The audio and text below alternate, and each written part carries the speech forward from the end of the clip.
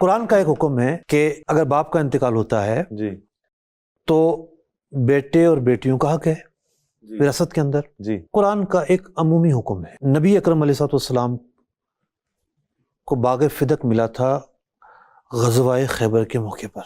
صحیح. آپ صلی اللہ علیہ وسلم اس باغ سے جو آمدنی ہوتی تھی اس کے مختلف مصارف میں وہ استعمال فرماتے. جی ایک مصرف یہ بھی تھا کہ وہاں سے جو آمدنی حاصل ہوتی تھی جی اس سے اناج ڈلوا دیا کرتے تھے پورے سال بھر کا. جب آپ کا وصال ظاہری ہو گیا جی تو حضرت سیدتنا فاطمۃ الزہرا رضی اللہ تعالی عنہا، ہمارے ماں باپ ان پر قربان ہو، امیر المومنین حضرت ابو بکر صدیق رضی اللہ تعالیٰ عنہ حاکم ہے، امیر المومنین ہیں، جی ان کے پاس آتی ہیں اور اپنے والد ماجد کی وراثت سے متعلق گفتگو کرتی ہیں. جی قرآن کا ایک عمومی حکم ہے. جی حضرت صدیق اکبر رضی اللہ تعالیٰ عنہ انہیں بیان کرتے ہیں کہ نبی مکرم صلی اللہ علیہ وسلم یہ فرما کر گئے ہیں کہ انبیاء کی وراثت جاری نہیں ہوتی.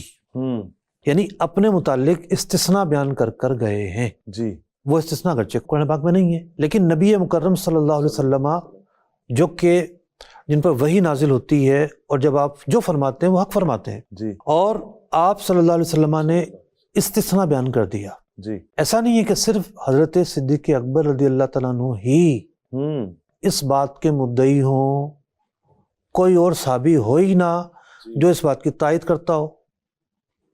ایسا تو بالکل بھی نہیں ہے. ایسے ہی ہے. پچھلے دنوں مفتی حسان صاحب زیدہ مجدوح کا ایک طویل فتویٰ جو ہے اس سے متعلق جاری ہوا اور بڑے دلائل اس کے اندر موجود ہیں.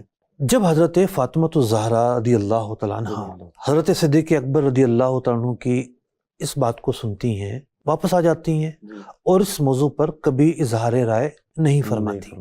مطلب کیا ہے کہ وہ مطمئن ہو جاتی ہیں. جی اب اس مسئلے کو لے کر ایک تو وہ طبقہ ہے کہ جو حضرت ابو بکر صدیق رضی اللہ عنہ نے ظلم کیا، معاذ اللہ، حضرت سیدتنا فاطمۃ الزہرا رضی اللہ تعالیٰ عنہ ان کا حق کھایا، جی جابر ہیں، ظالم ہیں، معاذ اللہ ثم معاذ اللہ. کیا کیا باتیں کی جاتی ہیں میں بیان نہیں کر سکتا، میری زبان پر نہیں آ سکتی. اچھا، ایک اور معاملہ یہ ہوا کہ ایک تقریر ہوتی ہے نا، سبق کی ایک تقریر ہوتی ہے. جی جو استاد ہوتا ہے وہ ڈیفرنٹ انداز میں سبق کی تقریر کرتا ہے. دیکھا طلبہ کو سمجھ نہیں آئی، وہ اس زاویے سے کلام کرے گا، اس زاویے سے کلام کرے گا. تو ایک تقریر اس مسئلے کی چلتی رہی ماضی میں. وہ تقریر کیا ہے؟ ظن ہے، گمان ہے، ایک ظن ہے نا، تخمینہ ہوتا ہے تقریر جی بیان کرنا. کوئی ایک بندے کی تقریر کوئی حجت تو نہیں ہے. ایسے ہی ہے. تو ایک تقریر میں آپ کے سامنے بیان کر رہا ہوں جی کہ قرآن پاک کا ایک حکم تھا، جی اس حکم کو لے کر حضرت سیدتنا فاطمہ رضی اللہ تعالیٰ عنہ حضرت صدیق اکبر رضی اللہ تعالیٰ عنہ کے پاس آئی ہیں. جی ان کا جو مطالبہ تھا وہ مطالبہ قرآن پاک کی تعلیم کے مطابق تھا. بالکل. خطا کا تو معاملہ کہیں بھی نہیں ہے. جی قرآن پاک کا جو ایک عمومی حکم تھا جی فرمان مصطفیٰ ان تک نہیں پہنچا تھا. جی اس مطالبے کو لے کر آئیں، وہ کہیں سے بھی خطا پر نہیں ہے. جی ٹھیک ہے، حق بجانے میں مطلب ان کی بات ٹھیک تھی، جی جی ان حقائق کی بنیاد پر بالکل ٹھیک تھی. جی جب انہیں فرمان مصطفیٰ بتایا گیا تو وہ واپس لوٹ گئیں ایکسپٹ کر لیا اور اس موضوع پر اظہار خیال نہیں فرمایا. جی بات بڑی کلیئر ہے، جی کوئی اعتراض نہیں ہے. یہ بھی ایک تقریر ہے، جی ضروری نہیں کہ ایک ہی زاویے سے تقریر کی جائے. اب علم نہ ہونے پر کسی عمل کا ہونا جی ضروری نہیں کہ وہ خطا ہو، قابل مواخذہ ہو. جی میں نے ابھی آپ کے سامنے مثال بیان کی جی کہ اہل قبا، مسجد قبا میں نماز پڑھنے والے جی تحویل قبلہ ہو چکا ہے، وہ نمازیں پڑھ رہے ہیں نماز پڑھ مسجد اقصی کی طرف منہ کر کے. مسجد اقصی کی طرف منہ کر کے انہوں نے 3 نمازیں 4 نمازیں پڑھی. کہیں سے یہ ثابت نہیں ہے کہ نبی اکرم علیہ الصلوۃ والسلام نے یہ فرمایا ہو تم نے خطا کی، یہ تمہاری نماز نہیں ہوئی، یا تم اس نماز کا اعادہ کرو.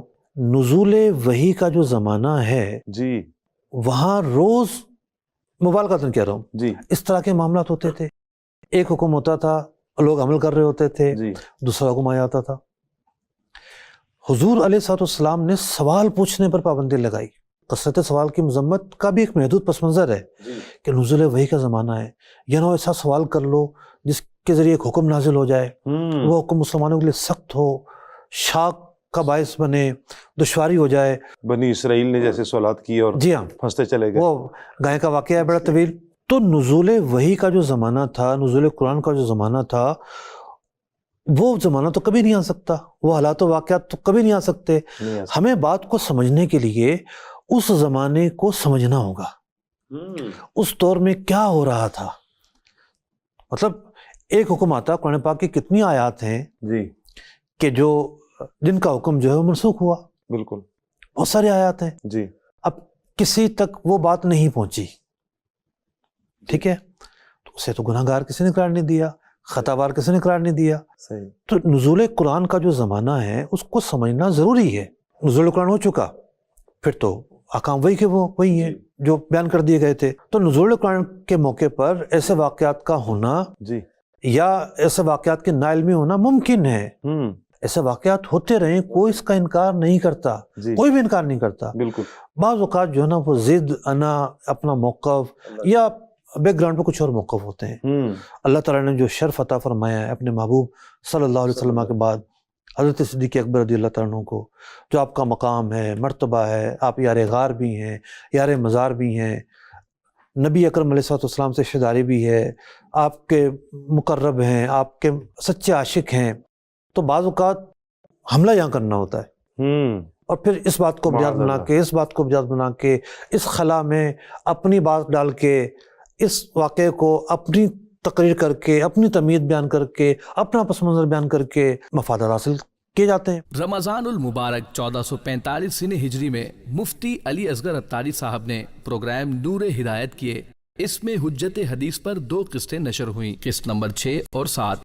صحابہ کرام علیہم رضوان کے مختلف واقعات جن میں احادیث ان تک نہیں پہنچی تھیں، ان کو جاننے اور حدیث رسول صلی اللہ علیہ وسلم سے متعلق بنیادی معلومات کے لیے اگر یہ ایک ساتھ آپ دیکھنا چاہتے ہیں تو مفتی علی اصغر صاحب کے YouTube چینل اور Facebook پیج پر دیکھ سکتے ہیں۔